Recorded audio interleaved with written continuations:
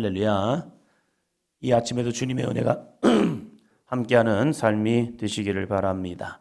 4장입니다.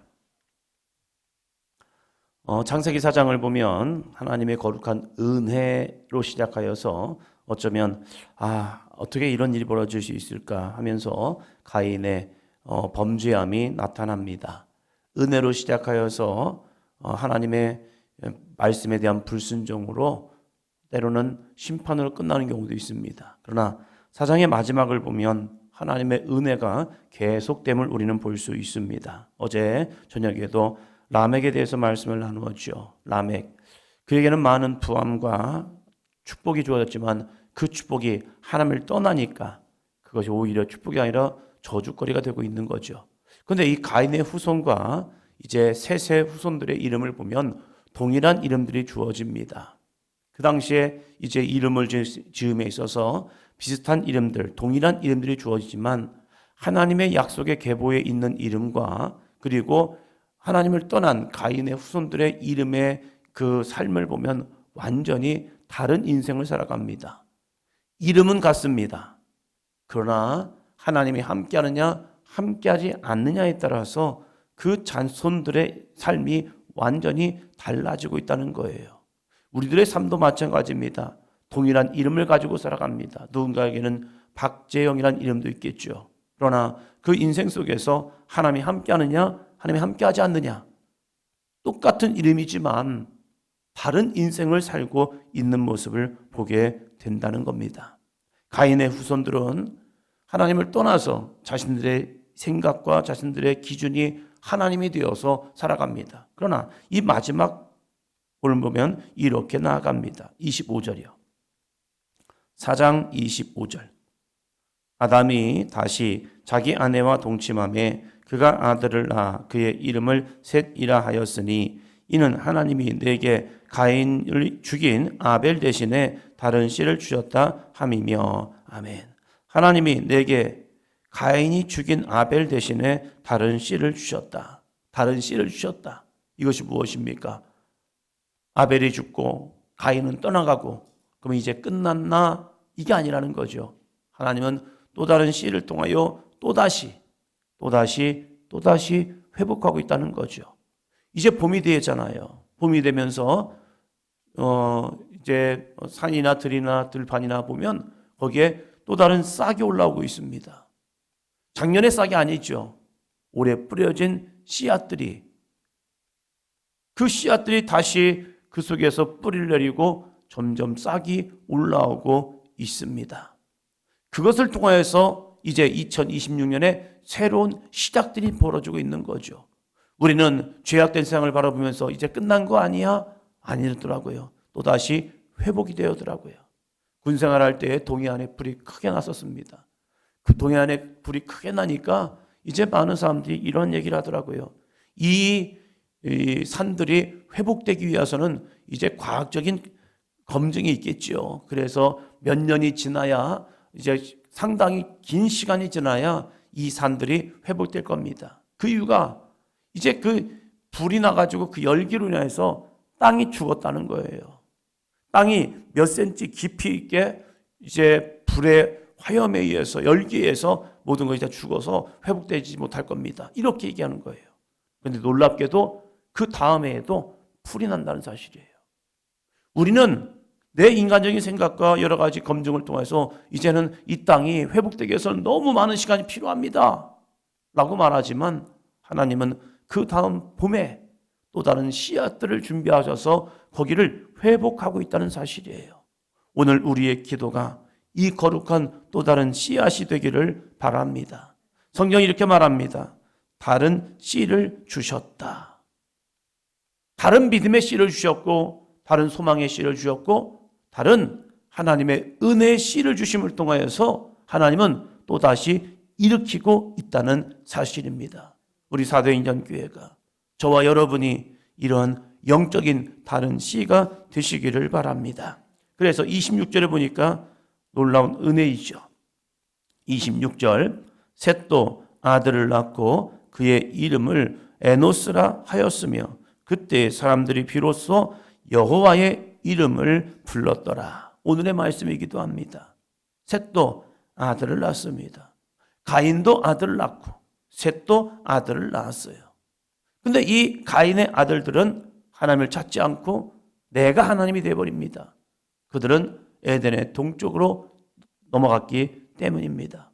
그러나 여전히 하나님이 주신 은혜 속에서 살아가는 사람도 있다는 거예요.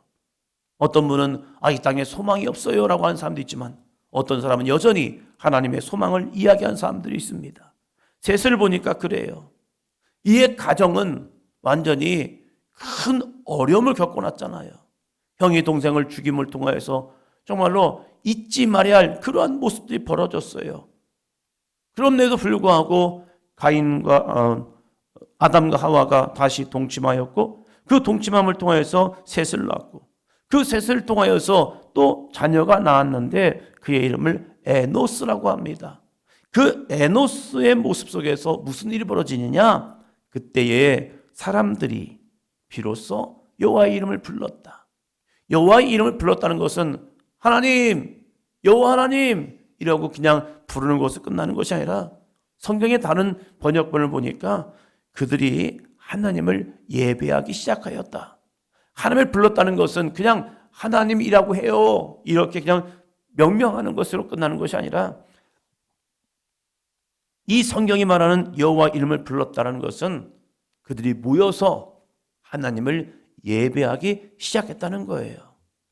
다시 하나님의 은혜를 기억하고 그럼에도 불구하고 우리를 향한 하나님의 구원의 손길을 바라보면서 하나님, 우리가 하나님을 예배해요. 하나님을 찬송해요. 하나님께 감사해요. 하나님께 영광을 돌려요. 이 예배자의 삶이 바로 셋의 아들 에노스의 모습을 통하여서 회복되었다는 사실입니다. 안 될 것 같지요. 포기할 수밖에 없는 상황인 것 같지요. 그럼에도 불구하고 그 속에서 하나님을 예배할 때 그 예배하는 그들의 삶을 통하여 하나님의 구원의 역사는 이루어지고 있다는 사실입니다. 6장에 보면 그 모습들이 어떻게 나타나는가를 우리에게 증거하고 있습니다. 4장에서 이 5장에서 이제 아담의 계보가 쭉 이어지다가 다시 6장에 보니까 범죄함이 이루어져요. 무언가 되어지고 무언가 이루어졌을 때에 사람들의 마음이 왜 이렇게 변질되는지 조금씩 하나님을 떠나는 모습, 그리고 내가 하나님이 되는 모습. 그렇지만 그런 가운데서도 하나님은 이러한 사람들을 준비하셨다는 거죠. 6장 9절입니다. 6장 9절. 이것이 노아의 족본이라.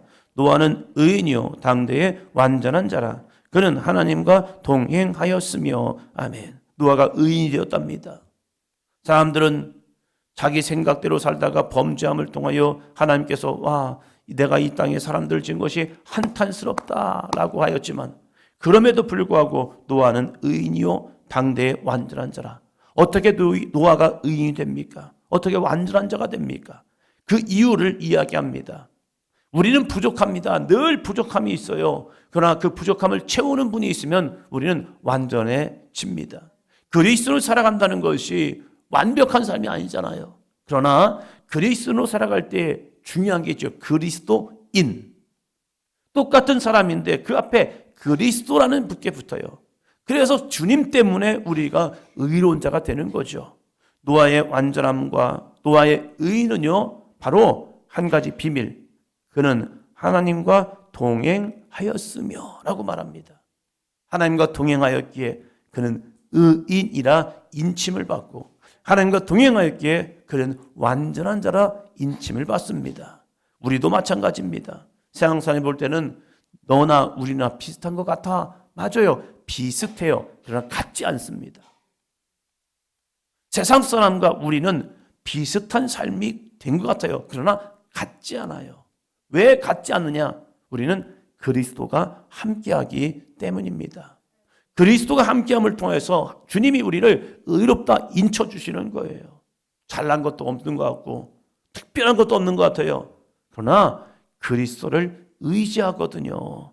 그 그리스도를 의지하는 자에게 주님은 오늘도 너가 의인이야 라고 우리를 인정해 주시고 계시다는 거예요. 마지막 22절 볼까요? 6장 22절. 노아가 그와 같이 하여 하나님이 자기에게 명하신 대로 다 준행하였더라. 그와 같이 하였다. 하나님의 말씀 앞에 순종하였다는 거죠. 노아의 의로운 삶은 하나님과 동행하며 그 말씀을 순종하며 한 발짝 한 발짝 나아간 거예요. 처음부터 다 완성되는 게 아니죠. 무려 120년의 시간이 걸리지 않았을까라고 추측도 합니다. 근데 그 많은 시간 동안 노아는 하나님의 말씀을 준행하기 위해서 애쓴 거예요. 그래서 하나님은 그를 너 의인이야. 너 완전한 자야. 라고 주님이 그를 그냥 인정해 주는 거, 인쳐 주신 겁니다. 오늘 이 시대를 사는 우리들의 모습 속에도 부족함은 있을 겁니다. 나 스스로 내가 볼 때에도 나는 이게 약점이야. 나는 왜 이렇게 이게 안 될까? 나는 이게 왜 이렇게 부족할까? 라고 말할 수 있지만 오늘도 우리를 붙들어 주시고 우리와 함께 하시고 우리의 중보자 되시는 보혜사 성령 하나님을 의지하며 나아갈 때에 오늘도 우리는 이 하루를 승리하는 믿음의 삶이 될 줄로 믿습니다. 우리가 완벽했다면 성령 보내지 않았을 겁니다. 우리가 대단했다면 성령 하나님 우리에게 보내지 않았을 거예요. 그러나 예수님께서 떠나시면서 너희 걱정하지 마. 주님이 누구보다도 제자들을 잘 알지요. 이런 약점들이 있는 거, 부족함이 있는 거, 연약함이 있는 거 다 알아요.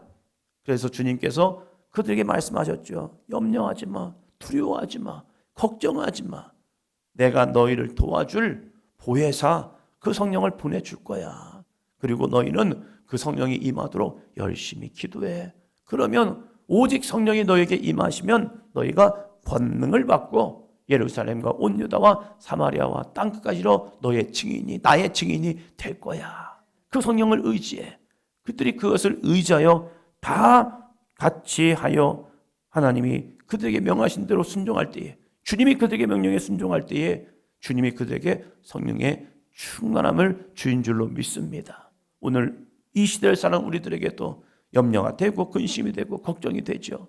그러한 우리들에게 기도할 수 있는 이 귀한 시간을 주시고 이 시간 기도할 때에 주님께서 모든 것을 감당할 수 있는 힘과 은혜도 주일 줄로 믿습니다.